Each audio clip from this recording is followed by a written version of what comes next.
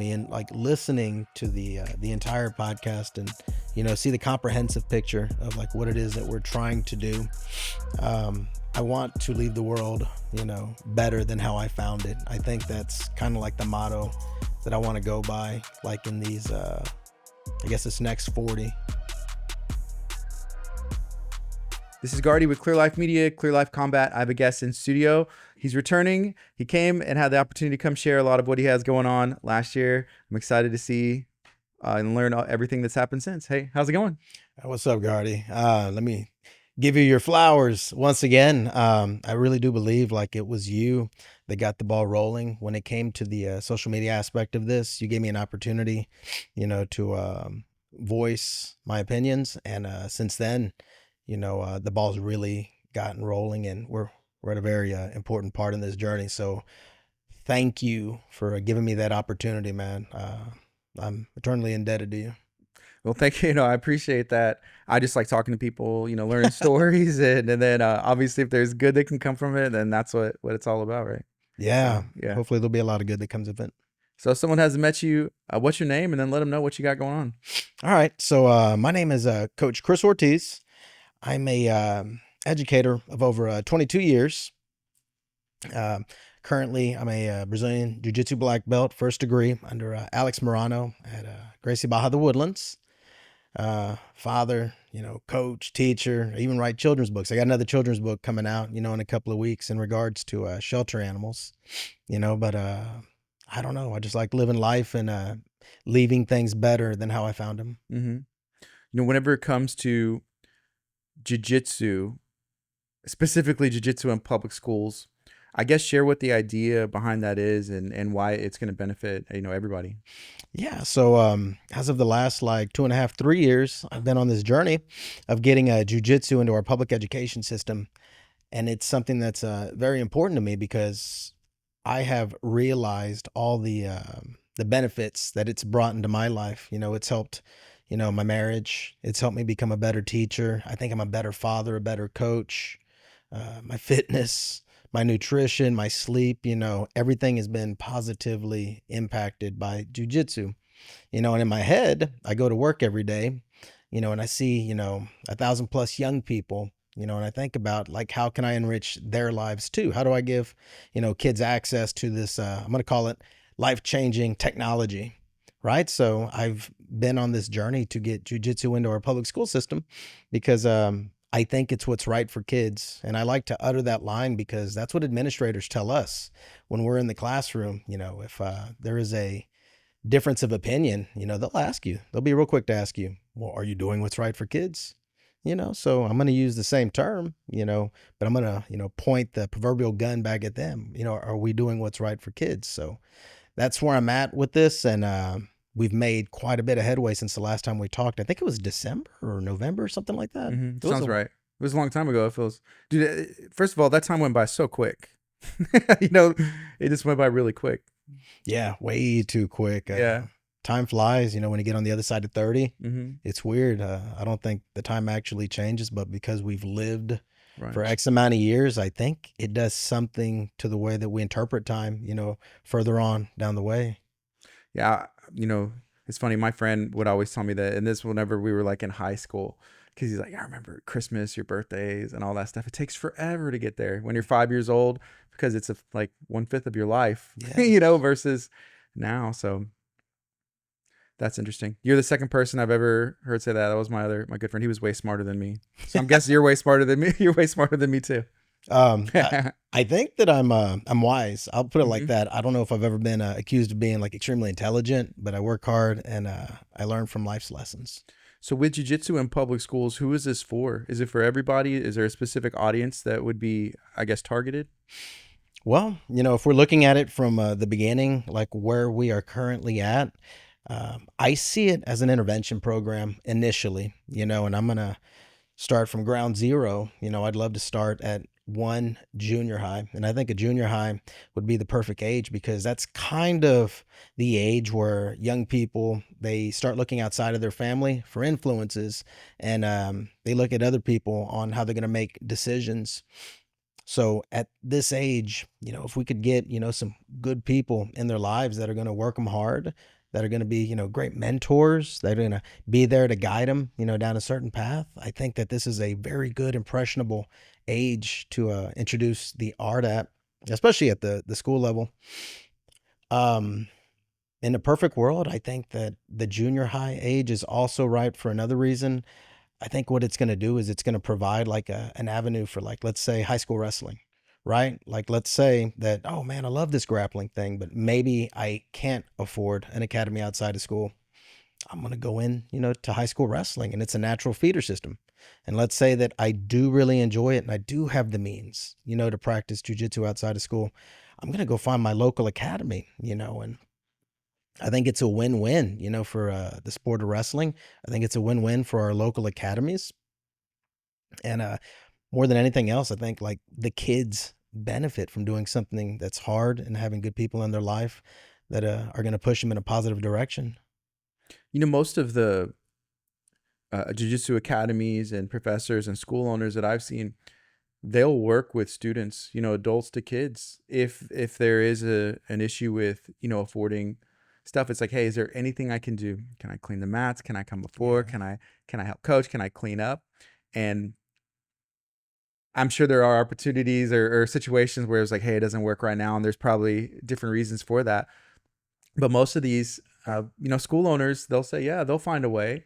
They'll find a way to try and get that, an adult or even a kid involved, right? Yeah.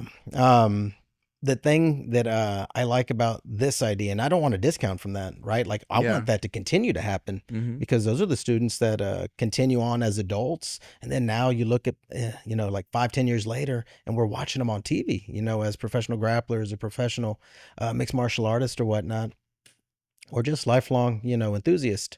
But at the school level, I think what we're going to be able to do is like we're going to be able to capture, the attention of some kids that maybe didn't have the means to get to the gym, or maybe somehow hadn't been introduced into the sport yet. Because as much as like me and you, like we know and we love the sport, it's still kind of obscure, right? It's not like baseball or basketball or volleyball where there's all these different avenues for kids to already go in. It's still kind of a fringe sport. The UFC is popularizing it at the moment, by introducing UFC BJJ. You got Craig Jones with the Craig Jones Invitational. So there's all these avenues that are starting to sprout up everywhere. It'd be nice if they had like avenues on ways to get there, because there are avenues to get to the NFL, to MLB, to the NBA, you name it, there's an avenue. Why not create an avenue, early on and introduce these young people, to this life-saving technology, as I'll call it. Mm-hmm. What kind of progress have you seen since we talked last? How much work has gone into this, and what conversations have been had? So since we've gotten on the social media trail, doors have opened up, and that was like one of the biggest things that opened my eyes, because I had so many unanswered emails, had so many unanswered phone calls, people, ghosting me. And these are people that I consider friends too. I'm not going to say any names, but my heart was hurt, when you get, a very minimal response or no response at all. Right. So I said, let's go the social media route. Let's take it to the court of public opinion and see what they say. And through this experience, what it's done is like it's opened doors. I've got administrators that are, DMing me, telling me like, dude, this is a great idea. We need it in our school. They're not saying it out loud very much. I don't know if they're worried about like some sort of like repercussion or something. But the number of administrators that have hit me up, on the DMs and told me, keep fighting, keep fighting. The number of parents that have reached out to me on the mats and spoken to me, the number of random people that have reached out, it's pretty neat. And with that being said, I had some doors open up because of, I'm going to say, the opportunity, at Clear Life Combat, gave me. I've gotten into some rooms. There's a school called Moorhead Junior High over there in Conroe ISD. There's Stockton Junior High in Conroe ISD. And then my school, Knox Junior High. Those administrators invited me into the room and we spoke, and we talked about the benefits and what we could do with this. and they see it, and they're like, yes, like this is something that our kids need. They need more opportunities like this. And when you talk to the people that are working with the kids, what you see is like they know this is what we need. Maybe people that are at a far off palace that have like this super important title that are not close to the situation, they could wave, or shake their head and say like, no, this isn't a good idea. But the people that work with kids day in and day out, like they know it and they see it. They know we need another tool because people are changing for better or for worse. Like we're evolving, and we got to keep up with it. Ideally, what would be a good start, like, and when? Like even a trial run to see how it goes, or Oh, that would be beautiful. So I was in a meeting with our administrators at Knox Junior High. We sat in a room and they flirted with the idea of introducing a grappling course. So it would be all things grappling minus the submissions because we don't hmm quite um, have the okay to do jujitsu, right? We're still waiting on the paperwork to go through and for us to get the green light. Uh, my high school wrestling coach reached out to me and said, dude, this is an excellent idea. You need mats here. And he was going to supply me, with the mats, which cost about $10,000 to $15,000 to purchase, right? Because he knows it's going to feed his wrestling program. And this is his kids were the state champions, both girls and boys, dual state champions at College Park. Coach Eric Spute, thank you for the vote of confidence. So I went into the summer believing that there would be a grappling course. I haven't heard from my administration. I don't know if this is going to make me popular with them or not, but I'm not too worried about that because I'm going to do what's right for kids.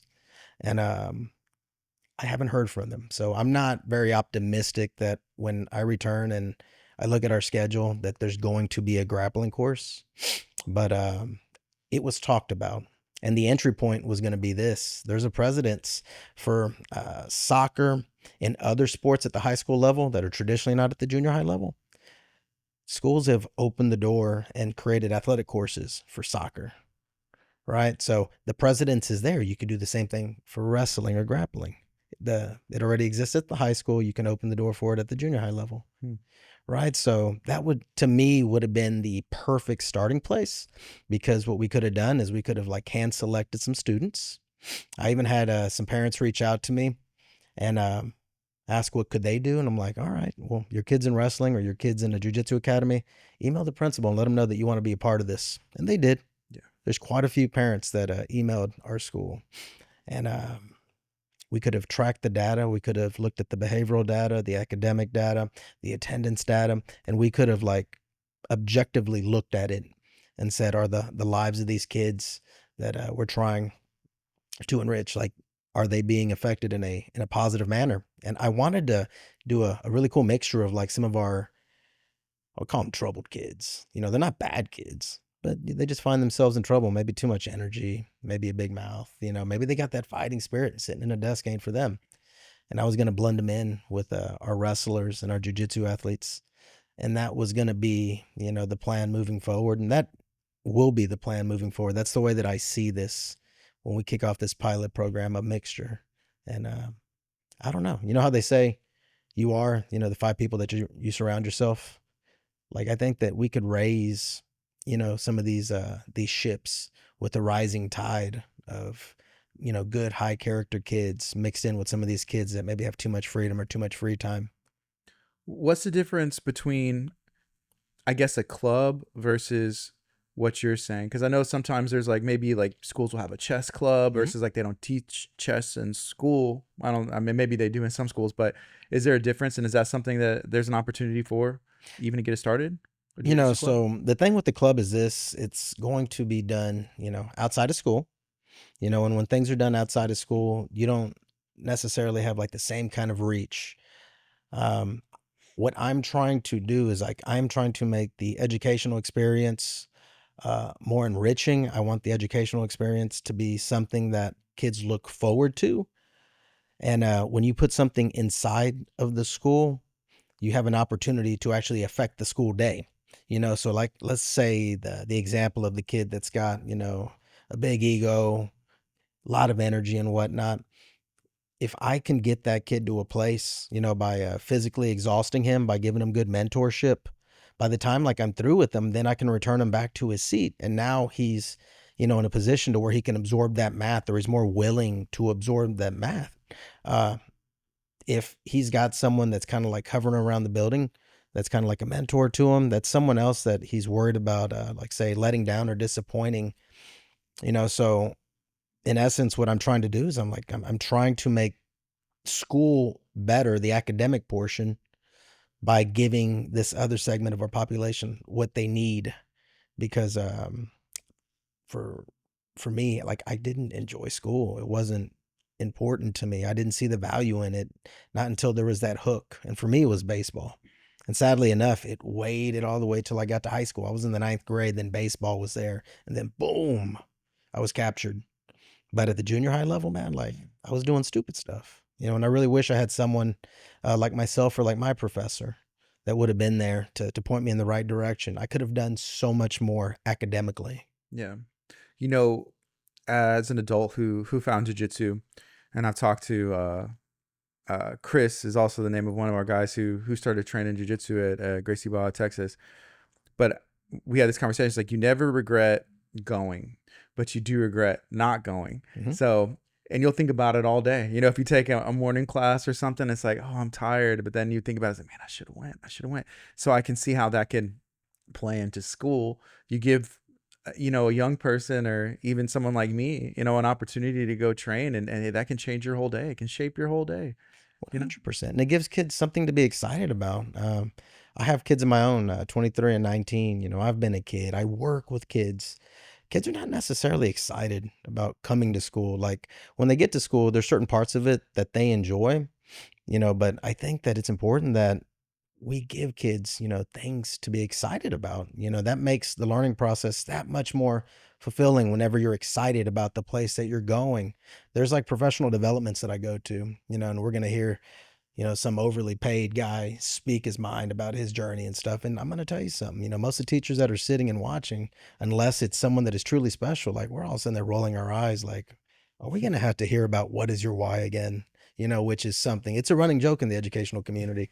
As soon as someone says, well, what is your why? We all start rolling our eyes like this guy's a joke, or this lady's a joke.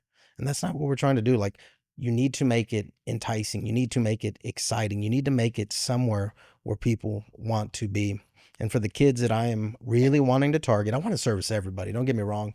But for like the kids that can't afford an academy, the ones that find themselves in trouble all the time, the ones that got way too much energy, I've got to find a way to like draw those kids in, because for better or worse, they're in the building with us and they affect the culture of a school. So like we could either have those kids working for us and with us, or like they could be working against you the way that they are. And I'm telling you right now, like you see administrators like shaking their head, when they have to break up fights or they have to pull a kid out of class because, they got a big mouth or whatnot, or they can't sit still. Like, let's be proactive with this approach. You've had a lot of, I guess, good feedback from, the community and even parents, you had said. Have you had any, besides from the school, maybe not being like, hey, come in, let's start this now, Mhm. any kickback or like negative thoughts or comments from anybody, even jiu-jitsu academies or people? There's been a couple that have been brought to my attention. Like one of them is like a fear of losing students. I had a guy from Southern California reach out to me. I believe his name is Chad Keel. And Chad, I apologize if I mispronounced it or I said it wrong, but the story is important, nonetheless.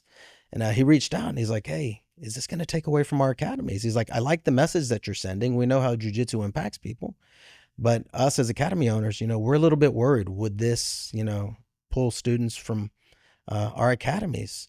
And I was like, "No, no, the opposite would actually take place." So I've been a coach in the school system for almost 20 years now. And one of the things that I've noticed is that when you have youth sports inside of a school, it actually feeds the outside organizations. So I know like in the Woodlands, Texas, where I live, you can't go 5 minutes in any direction without seeing like a dance academy, which are, cheerleaders and our gingham girls and our drill team, and they feed that machine, right? And those parents are getting their kids in early so that their kids can make the team. You see the same thing in volleyball. We have, close to 100 kids try out in volleyball. Well, you can only keep so many of them. But these kids are joining their local volleyball academies super early, paying outrageous fees. Like, I know because I did that. I paid $500 a month, for I don't know how many years to make sure that my daughter, had a spot on the school volleyball team. So it's going to do the opposite, I think, of what people are afraid of. You're going to expose kids to this art early, and they're going to go seek out their local academies. And it's going to supercharge, it's going to fuel the machine. And what all I ask is that, like, local academies, like, look at these other sports that I'm pointing to, the baseball clubs, the basketball clubs, the soccer clubs. Heck, over here, y'all got like the Texas Tornadoes, like basketball or volleyball club right down the street, packed, and they have to turn people away, right? So don't be fearful of that. What you're going to see with the introduction of it is more interest, and more interest or more leads to more people on the mats. Financially, it's going to benefit you. You've been a teacher for you said like 20 years in education? 22 years, I believe. Yeah, and you coach as well. So I guess talk about that. What is it that you do at the schools?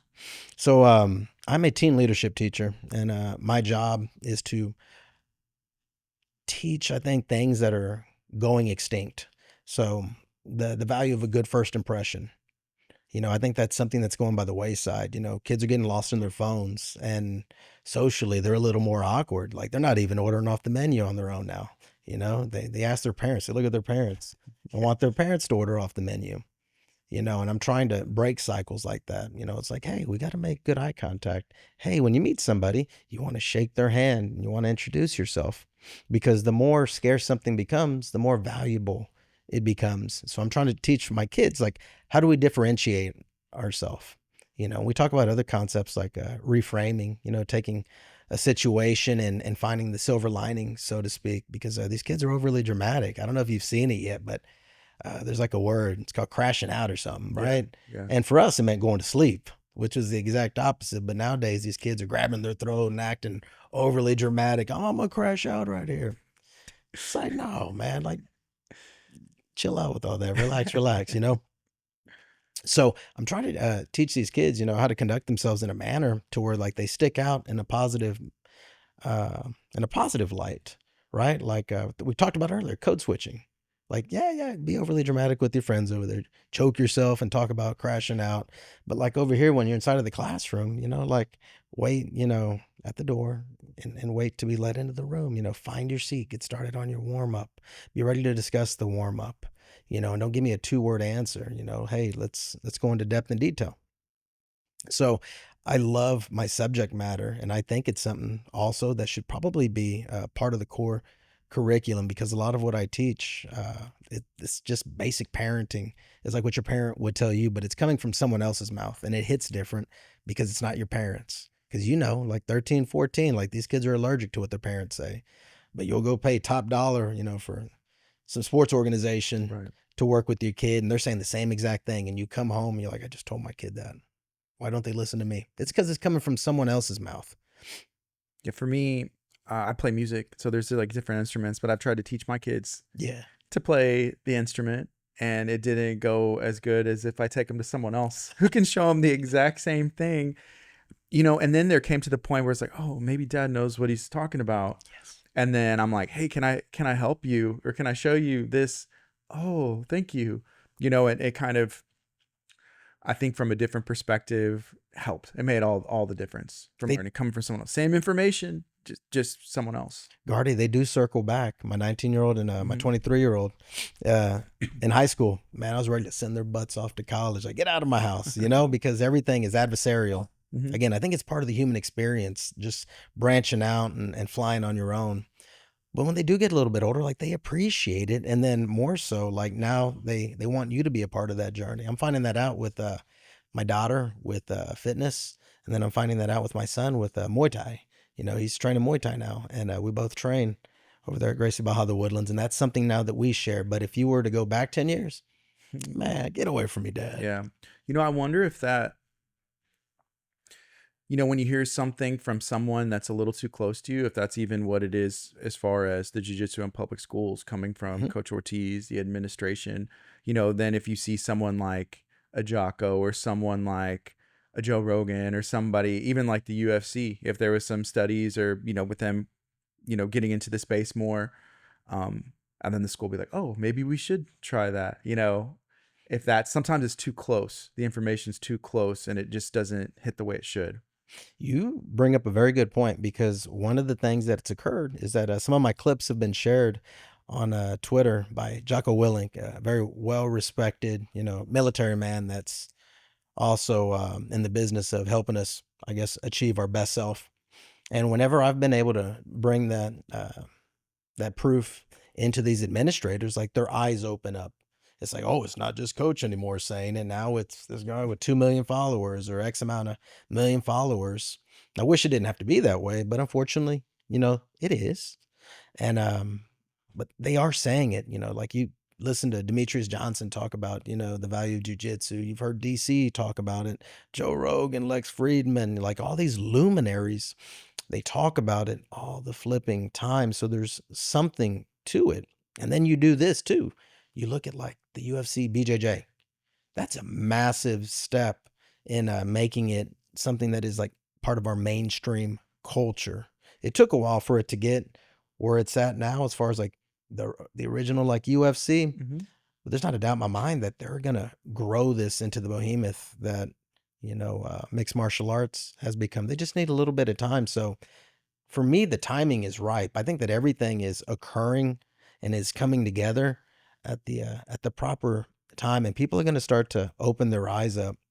And I don't know, there's going to be a school district or there's going to be an administrator that takes a chance on it, and they're going to end up looking really good Right. because they took a chance on a program that actually does something. Because let me tell you something, Gardy. There's a lot of programs they're just like smoke and mirrors. There's programs like, hey, let's all wear a tie today and let's be the men's club or something. Like the kids ain't trying to hear that. Like there's some value there, and there's good in those people's hearts, and they introduce those kids to some experiences. I don't want to downplay that, but I'm trying to take this a step further to where like we have boots on the ground, and we have like some sweat equity mixed in on this, because again, this new generation, you can't just tell them, you just can't show them. You got to be embedded in it with them, and they can experience it. And that's what's different about what I'm trying to do. I don't want to tell someone about it. Let's do it together. Yeah. The other person was Mark Zuckerberg. He's spoken Yes. very highly of jiu-jitsu and what that's done for his life and probably his confidence and image and everything. It's kind of made him from being someone that wasn't that cool to being kind of cool. You could tell his whole persona changed like after he started training jiu-jitsu. Like it's Yeah. weird, yeah. Well, it's really neat because like you develop hard skills and then you develop soft skills, and the hard skills would be like the physical fitness, the flexibility, and through the hard skills, what ends up occurring is now the soft skills develop. Now I'm, secure enough and confident enough to have empathy. I can walk into a room and be confident and not have to run around peacocking everywhere, because that's what's going on right now. Like everyone's out there peacocking. You watch all these streamers walking around and they're talking their hot mess, and then when the rubber hits the road, they hide behind their bodyguard, right? They lack the soft skills, and I think that's really one of the things that I need to do a better job of, is like selling the soft skills that jujitsu is going to introduce into the school system. You're going to have a much more, calm, cool, and relaxed school culture when you're hard to deal with kids, are a little more empathetic, or they'll take direction a little bit more because they have that mentor in the school. These kids aren't afraid of like ISS, or they're not afraid of, having their parents called. I don't know if that's good. I don't know if that's bad, but I know that that's what we're working with. And we have to find a way, to educate these kids one way or the other. And again, I can tell you these old, outdated methods, while they do have some success, not really. Not really. I walk by like this main hallway, and there's a principal's office that I walk by, and he's got, a glass, I don't want to call it enclosure, but it's like an office. And you can see the kids that are in trouble that are sitting there in that chair and their heads are slumped down. And it's the same flipping kids, and here's a lunch detention. Here's an hour after school detention, here's me waving my finger at you.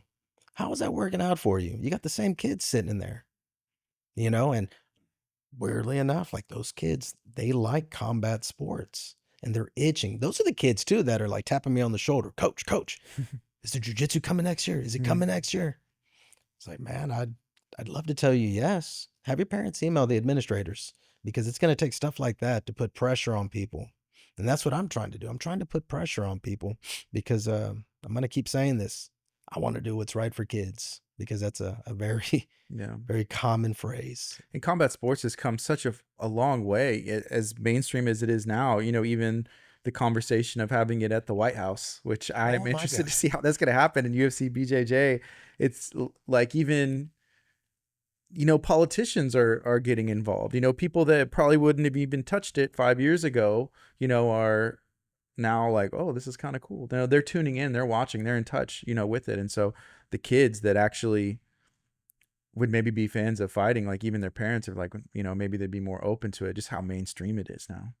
Yeah, and I think what's going on too is like people are through like podcast. You're starting to see like how deep and insightful and thoughtful uh, these uh, these warriors are. There used to be this mystique that I'm a tough guy, I'm a bar fighter. Anything combat based was bad, and it's like no, like these are some of the deepest thinkers you've ever met in your life. These are some of the kindest and calmest individuals you've ever met.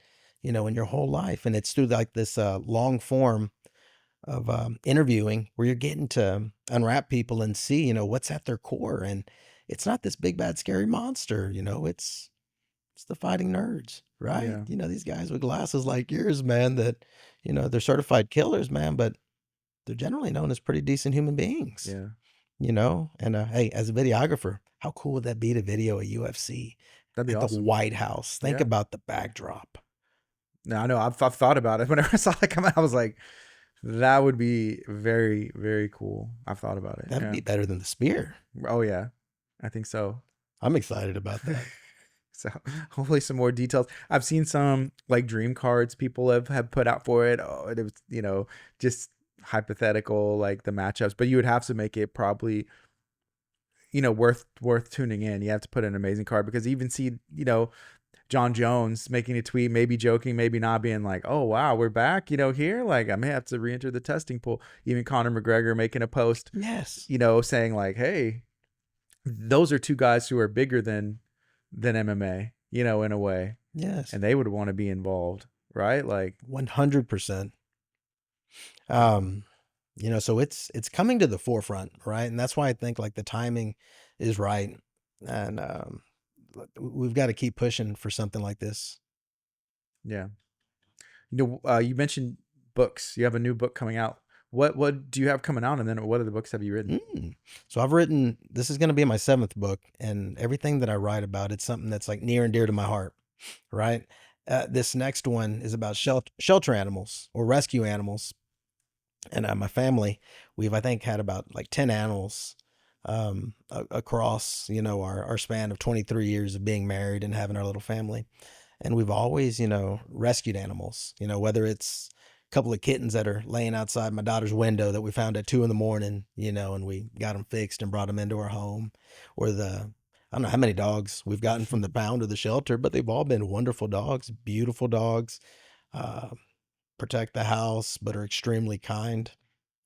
But I see that like there is a problem, especially like here in Texas. I don't know if it has something to do with the laws that are in the books because other states don't have this animal problem that we have here in Texas. But this is a story that's told from the point of view of shelter animals.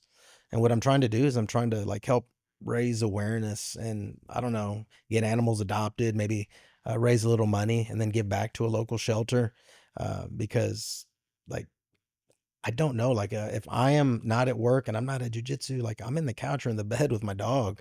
They soothe me. They're my friends. They go on walks with me. My wife's out at work at night. Like they hang out with me. I think that I'd like to speak for the voiceless, which is the animal in this instance, and I want to just do something about it. And I guess that's something that's just inside of me. I wrote a book about father and son relationship because that's important to me. A mother and son relationship, which was an extension of me. I got a book about teachers and the students. who have all this potential, but the school system is tough for them. I got a book from the point of view of a coach that wants to talk to his athletes and let them know, like, what is it that I'm really trying to teach you? Because it's not about the X's and O's, it's about the life lessons. So, like, everything that I write about is something that's important to me and that's near and dear to my heart. I just want to bring awareness to. And I guess maybe a goal one day to have that book about the kid that changed his life with jujitsu in public schools. That'd be pretty cool. I think that that's a story that we can most definitely do, and we see it, on the UFC. Like, you listen to these guys talk. I'm really big into the interview side, and listening to the person. And I was listening. I think it's Tracy Cortez, right? Female fighter in the UFC, and they were on the Jackson podcast, and she was speaking, about like, oh, I was a hellraiser, back in school, to the point to where my parents kicked me out. What was her saving grace? Working at a martial arts school and then slowly being introduced into it. Now you have like a megastar that's living her best life and is doing a lot of good in the world. But what if we could have reached, that young lady, a little bit sooner in her life? She didn't have to make all those same mistakes. Like, if you could go back in time and help somebody, I don't want to say rewrite, but if we could meet these kids before they make all these mistakes, wow. Yeah. And here's something else too, and it just kind of hit me. We have a lot of like really good jujitsu practitioners that are in the community, correct? What if this also like leads to like careers for jujitsu practitioners? Like, not every jujitsu practitioner is a businessman, right? But there are programs where you can be a professional, in one, part of your life, but then you can come into the school system and teach what it is that you're a professional at. Right? So I got a buddy, much like y'all guys over here. He's my video guy for my podcast. And he had some other jobs, but they weren't fulfilling. He did them to the best of his ability, but he was looking for that something. His name is Josh Ricks, and he got hired out at Galena Park, and he is their AV teacher over there now. Young man, extremely knowledgeable, great energy, huge heart. And they've just plugged him in over there. He didn't have the credentials to be a teacher, but because of a program, I don't know the name of the program, but they were able to plug him in. And man, and he's helping that Galena Park AV program grow by leaps and bounds. They even hired him on as a basketball coach now. They like him so much. And here's something cool. He's bringing like some of his graduating students, and they're helping us with our podcast now. So now we got like these 18-year-olds that are setting up our cameras, and Mm-hmm. and we're introducing them to all these different people, and they're getting a chance to see like, whoa, I can make money doing this. There's a career in this. We took him to KPRC, and we interviewed Derek Shore. And Derek Shore, the host of Houston Life, Mm-hmm. showed these young men all around the studio. We got to watch a live news broadcast, and it was funny to see them talk the language of audio visual. I I couldn't understand it, but they were speaking a foreign language, and they were just, they were just caught up in the moment. It was beautiful to see because that experience is worth, 10 years of reading a book about something. They got to talk to someone that's an expert in the field. Weirdly enough, like Derek Shore, he's not just the face. He knows everything about behind the camera, in front of the camera. He's a very knowledgeable Yeah. guy. It's hard work to get into a spot like that. You have to, and especially now, you have to know behind the camera, in front of the camera, interviewing, personality, because I mean, you just do. That's the way the industry has gone. So you got to learn everything. We sometimes have the opportunity to talk to kids, to talk to people who are interested in this, because there was really the thought, man, I got to move away. I got to go far. I got to go to, to Austin or to LA. I got to go to New York. I want to do something with cameras and videos. But the way things and technology has changed with, with podcasts and Hmm. media content, even, I mean, streamers now, there should be more good streaming content, but there are opportunities where if you have a little snap, connect with the right people or team, you don't have to go anywhere. You can start where you're at, with what you have and produce something that you're interested in that hopefully other people are interested in, and move forward in a career that can change your life. Yeah, Drewski, Hmm. similar path, just making videos in his parents' house. And next thing you know, like, he's everywhere. He's on, NFL commercials and, making a ton of money just being himself in front of a camera. producing content. Something that Derek brought to my attention also is like Texas is opening its doors to the film industry. What an opportunity, for to get, some of these luminaries start coming to Texas and filming their content here. That's going to open up so many different job Yeah. opportunities for people, in the film industry or just I'm just going to call it content creation just to, Yeah. to throw a giant net out there, but that's You huge. know, I've had one that I've wanted to make for at least the last several years, and I've mentioned it to a couple people. But it's always the matter of like, okay, how do you get funding for this? How do I connect with the right people that would almost be willing to make it for free, Yeah. pretty much, because that's what it would take to tell this story. And when that passed, it was maybe like, I don't know, I don't want to misquote the bill that it was, but it was just maybe a month or two ago. It's new.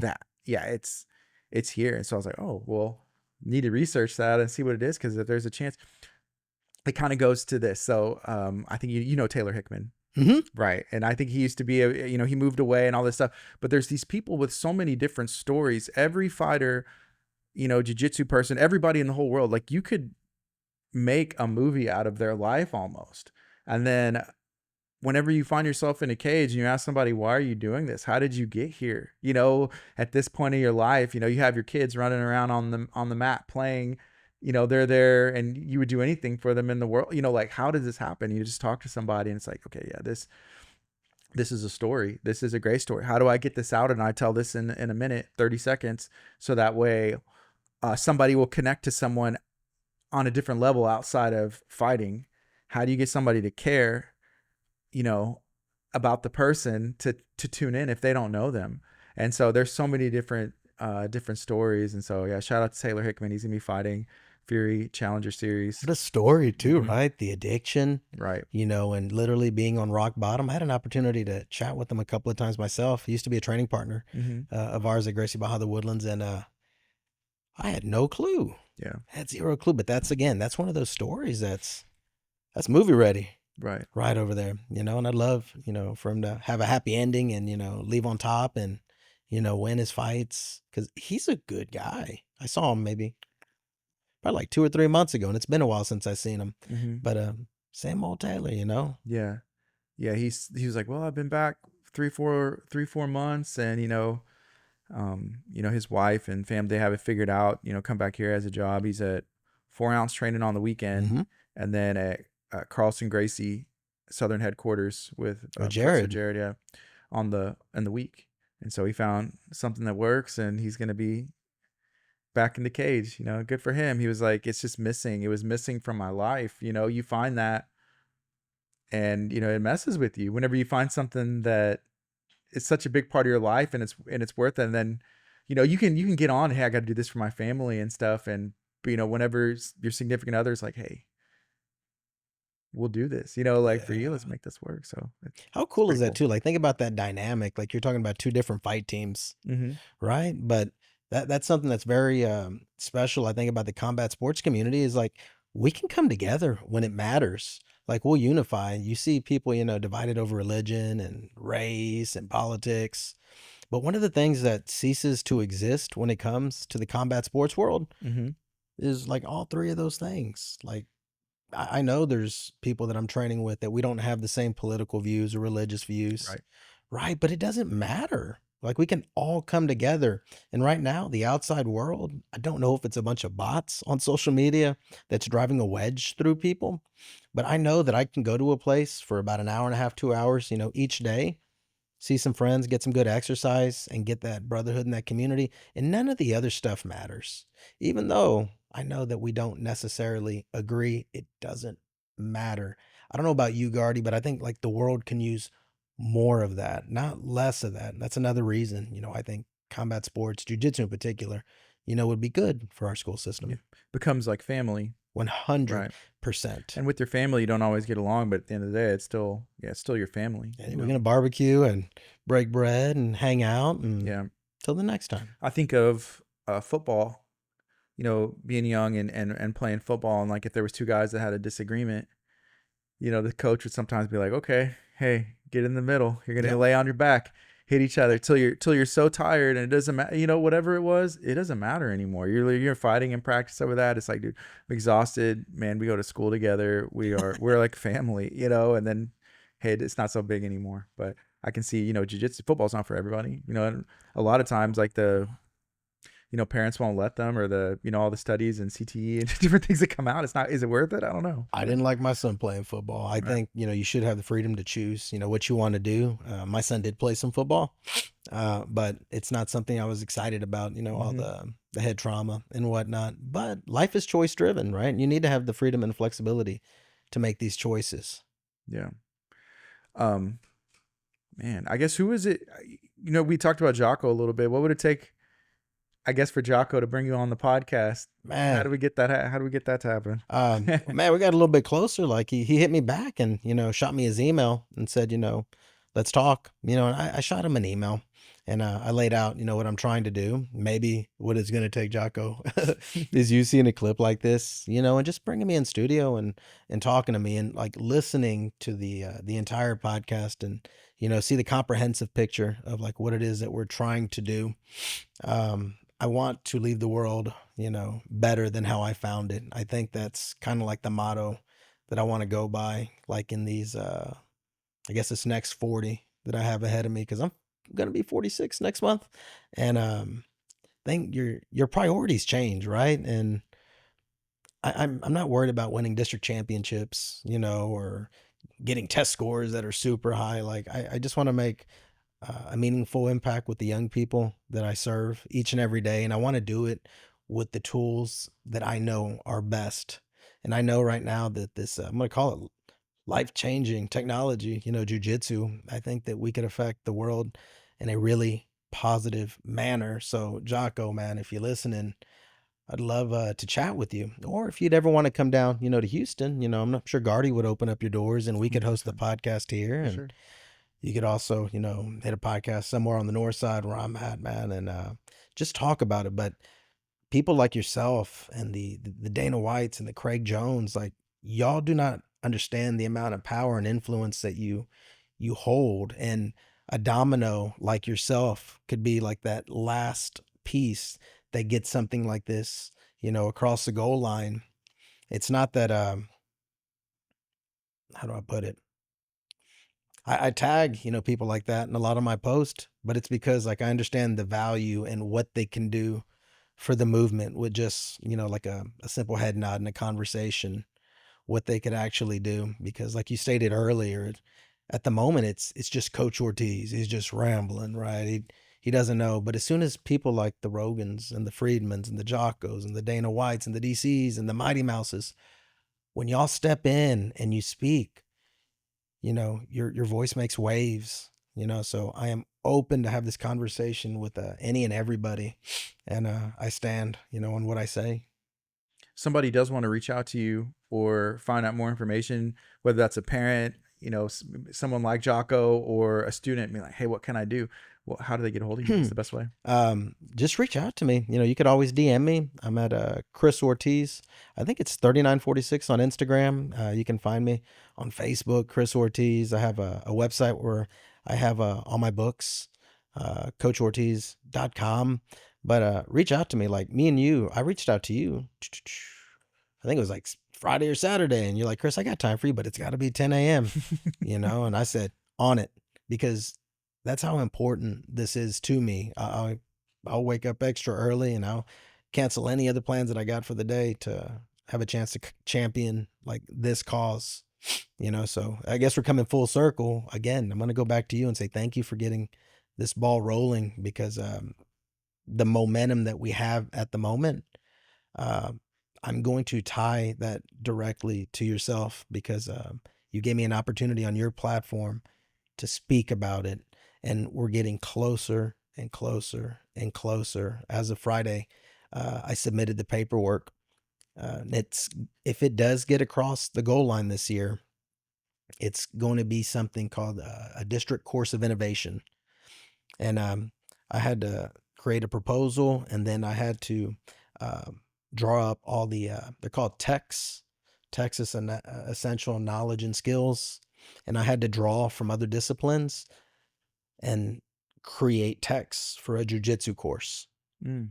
So I took the guidance from a guy named Wade Haymark, who is the director of PE in Conroe ISD, and he said, "This is what you need. Go get some schools that want to pilot it. Check. We got 3 schools. Create the paperwork for the district course of innovation and submit it so that they can talk about it at the budget meeting in August and September. Check as of last Friday, and then get community support. And it's like, check. Like, I've checked all these boxes. I've done everything that I can humanly do on this end.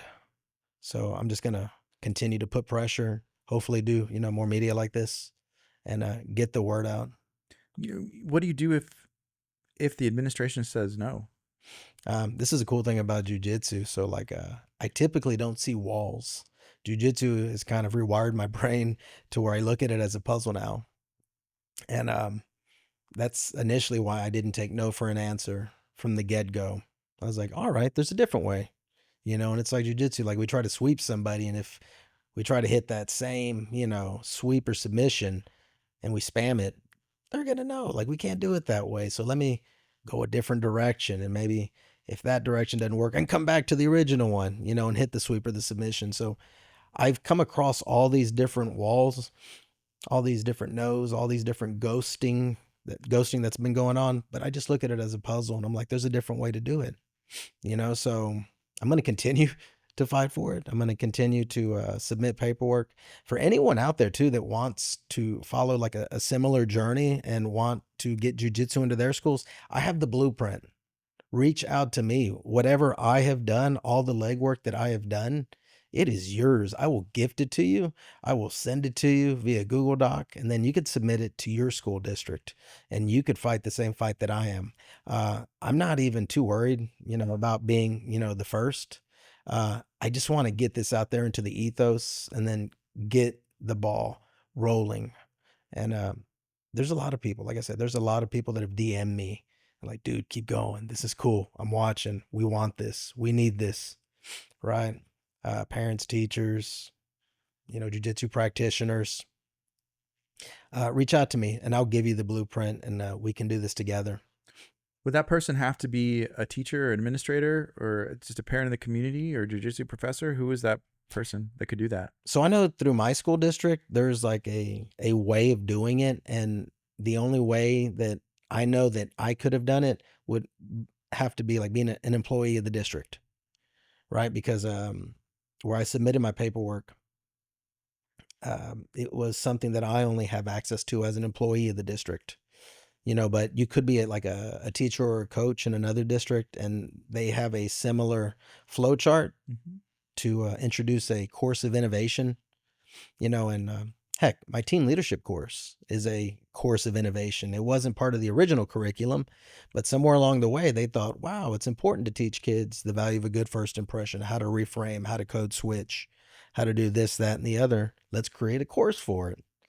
So there's all kinds of precedents for it. There's like nursing courses that have been created because of things like this. I think like agricultural courses that have been created through this route. So I'm just trying to walk the same path that many other people have walked and created, courses that capture the minds and the hearts and the attention of our young people. That's awesome. Is there anything else you'd like to share? No, man. Hey, y'all reach out, and let's keep the conversation going. I think having this conversation out in the forefront is one of the biggest things that we can do, because there was a lot of people that tried to bury me and just hope that I would go away by not answering emails, or being very minimal with their responses. And all my educators out there, like, what camera can I look at? I need to look at a camera. That camera over there. Hey, I'm going to challenge you guys. Like, are y'all doing what is best for kids? And also like the jujitsu community. There's a statement that we like to make, jujitsu for all. Like, do we really mean that? That's a real question. Like, do we really mean jujitsu for all when we say it? And if we do, this is a movement that, you should be able to get behind. And I'm not here as a threat. Like, I'm here as an asset. I want to grow your academies. I want to help get this out into the mainstream. I want to give this life-saving technology to our young people. And I don't know. I come from a spot of good. So Y'all reach out, let's talk, and let's keep this conversation going, and let's not let we'll call it quote unquote the establishment bury it. So, thank you so much coming and hanging out today and sharing Dude, your you're the heart and man. everything else, bro. No, hey, thank you. So I wish you success and further growth and to the moon, Gardy. Thank you. Thanks. It's Guardy with Clear Life Media, Clear Life Combat. Y'all be blessed.